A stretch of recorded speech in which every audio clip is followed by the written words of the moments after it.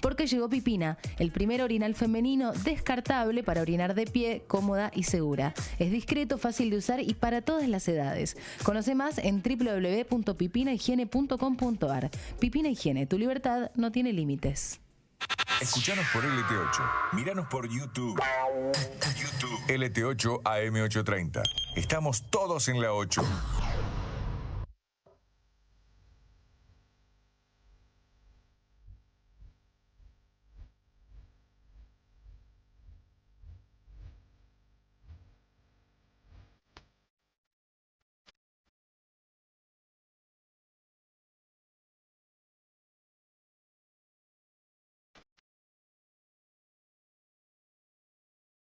Bueno, 11 de la mañana, 11 minutos, mientras aquí, por temas climáticos y tan lejos de algunos poderes de decisión, vamos palpitando un verano caluroso, aunque hoy el día es bastante amable con todos nosotros.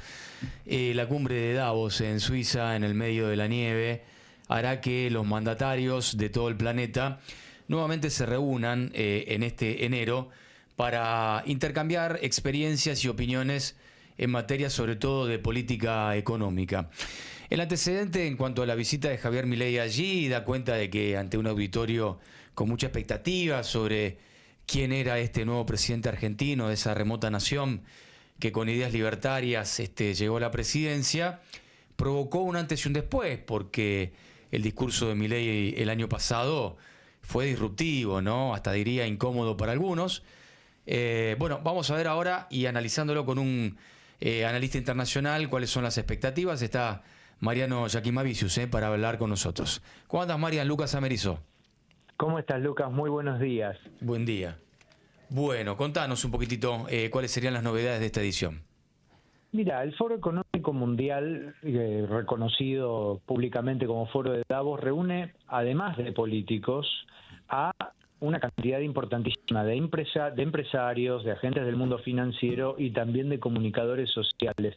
Y es una vidriera interesante para mostrar y para vender determinados productos. En estos casos también, además de productos vinculados con empresas en el sentido clásico de la palabra, también para vender oportunidades de negocios en países. Y eso es un poco lo que va a hacer el presidente Milei. Y es para eso que sirve este foro. La realidad es que también en el clima imperante a nivel global, desde el punto de vista ideológico-político, hay una situación de polarización bastante grosera, de polarización te diría de modelos económicos y con una consecuencia desde lo político-ideológico que lleva a que muchas veces, como ha venido sucediendo desde la irrupción de Milei en la política internacional, se generen algunos discursos que tienen la expectativa de llamar poderosamente la atención, ¿no? Y eso uno estima que va a volver a pasar.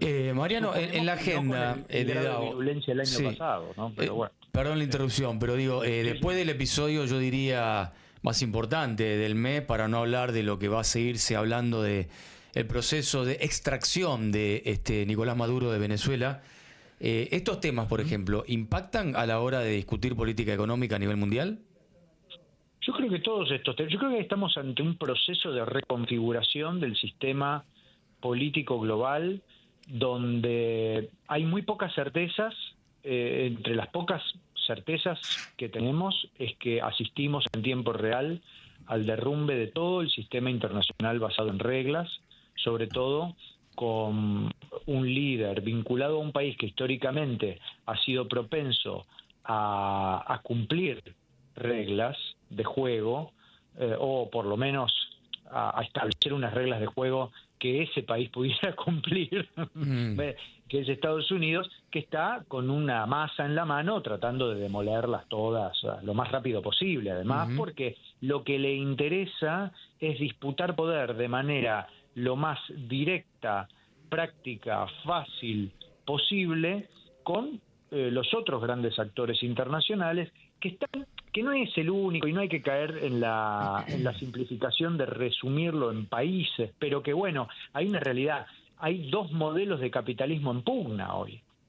Y esos dos modelos de capitalismo en pugna ponen de un lado a un capitalismo de apertura comercial, dispuesto a competir, propenso al libre comercio, que está encarnado por China, y un capitalismo contrariamente muy restrictivo, amigo de las trabas impositivas, de las tasas, y bien conservador y por sobre todas las cosas proteccionistas, que es el encarnado por los Estados Unidos. Sí, y yo diría colonialista también, porque en los espejos no entre, Rusia invadiendo Ucrania para hacerse su salida al mar y disputando Crimea y otros territorios, y Estados Unidos extrayendo, por más que no haya tenido una base electoral que lo confirme a Maduro, extrayendo un presidente de un país, claro, y amenazando con conquistar Groenlandia y demás, digo, claro, también digo el sesgo de un colonialismo o neocolonialismo que está volviendo, ¿no? Yo iría por la palabra imperialismo, porque claro, en realidad Estados Unidos siempre se condujo como un imperio, nunca quiso reconocerlo, justamente porque tiene un pasado colonial, tiene un pasado de colonia. Entonces no quiere reconocer que coloniza. Esto que vos decís es muy interesante, pero la realidad es que estamos ante un mundo en el cual Estados Unidos se ha dado cuenta que en el mediano a largo plazo, en una disputa comercial abierta con China, pierde. Entonces tiene necesidad de garantizarse recursos naturales de manera mucho más rápida, mucho más imperiosa. Disputan otros recursos que no solamente son naturales, porque así como decimos que hay una disputa de capitalismo, esa disputa de capitalismo se traduce a una disputa global por el dominio de recursos naturales, pero también por otros recursos. Por ejemplo, la competencia por la inteligencia artificial. ¿Quién impone su inteligencia artificial al resto? Ahora, esto no son... hay actores que pierden la batalla. Entiendo. Hay actores que pierden, como Europa. Justamente, ¿no? Da la sensación, por eso la pequeña interrupción, de que las potencias no terminaron de entender cómo China programó una curva de crecimiento que, por más que se la quiera frenar, su inercia resulta imparable, ¿no? Vemos todo el tiempo en redes sociales la inversión en puentes, en infraestructura, el crecimiento de ciudades en 2 o 3 años, ¿no? Yo creo que sí, yo creo que eso tiene mucho que ver. China además propuso el tema de la ruta de la seda como una forma de crecer globalmente, en conjunto y en paz. Y Estados Unidos, que se da cuenta de la pérdida de su hegemonía, empieza a plantear una política agonal, mucho más belicista en algún punto, porque Trump se vanagloria diciendo que él frenó 7, 8, 9 guerras, no sé cuántas, todo materia absoluta de discusión, pero independientemente de eso, lo que Estados Unidos está proponiendo como alternativa a una guerra comercial en la cual sabe que pierde, es utilizar herramientas o trabas comerciales a modo de armas, pero por otra parte pone todo el tiempo sobre la mesa la discusión de quién es el país más poderoso de la Tierra armamentísticamente hablando. Y es por eso que también en esa discusión, además de Estados Unidos y China, se suma Rusia, porque Rusia carece del poder económico que tienen China y Estados Unidos por mucho, pero sí tiene poder militar. Por eso hoy se está hablando de alguna suerte de división de esferas de influencia a nivel global entre esos 3 países. Claro. Si a la larga lo miras, quedan China y Rusia de un mismo lado, ¿no?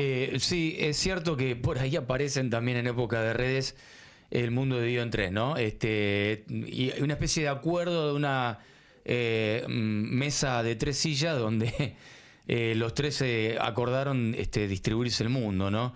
No, indudablemente, y permitime, Lucas, hacer no lo tomemos como una predicción, pero por lo menos es algo que yo advierto, y puedo estar muy equivocado y el tiempo me dirá si es así o no, pero yo lo que noto es que desde aquí hasta la primera semana de noviembre de este año, que es cuando hay elecciones intermedias en los Estados Unidos y Trump puede perder mayoría en una o en las 2 cámaras legislativas, Trump va a hacer lo imposible por lograr lo que quiere lograr, que es transformar el Estados Unidos republicano en un Estados Unidos imperial. Es decir, convertirse él en un emperador. Sugiero mucho por estos días que se vea el episodio 3 de Star Wars. Está bien, es atinado. Bueno, Marian, te agradecemos estos apuntes. Quedará también algún capítulo, me imagino, en Davos del acuerdo que este fin de semana en Paraguay firmaron los representantes del Mercosur con la Unión Europea, algo de lo cual se dilató mucho tiempo, y veremos si hay más pasos, ¿no?, que a la firma de un documento se le puedan agregar, ¿no? Lo relativizo todavía. Yo hasta que no vea que el intercambio comercial, no ya el acuerdo, no que las firmas, no que los documentos y los papeles, que hasta que los intercambios comerciales no se estén produciendo, yo lo relativizo mucho, porque hay sectores muy poderosos en Europa que no quieren saber absolutamente nada con este acuerdo. Francia, por ejemplo, ¿no? Esta firma tiene que pasar por la aprobación de los parlamentos de los países europeos. Sí, Francia es el caso que más palos en la rueda puso, Hungría, sobre todo por los commodities con transgénicos y su discusión con Brasil, ¿no? Así es. Y con eso y con el sector agropecuario en el caso de Francia y de Polonia, que es muy fuerte, ¿no? Porque obviamente se saben perdedores en esa competencia. Te dejamos aquí, gracias por charlar con nosotros. Un fuerte abrazo, Lucas, para vos y para toda la audiencia. El analista internacional nos ayuda a pensar el advenimiento del foro de Davos. Bueno, veremos el rol que desempeña Jaime Milei con 2 años de presidencia en las espaldas, ¿no? 11:21, me voy al móvil, nos vamos a la calle. Allí está el señor Maximiliano Clansec. ¿Qué tal, Maxi? Buen día.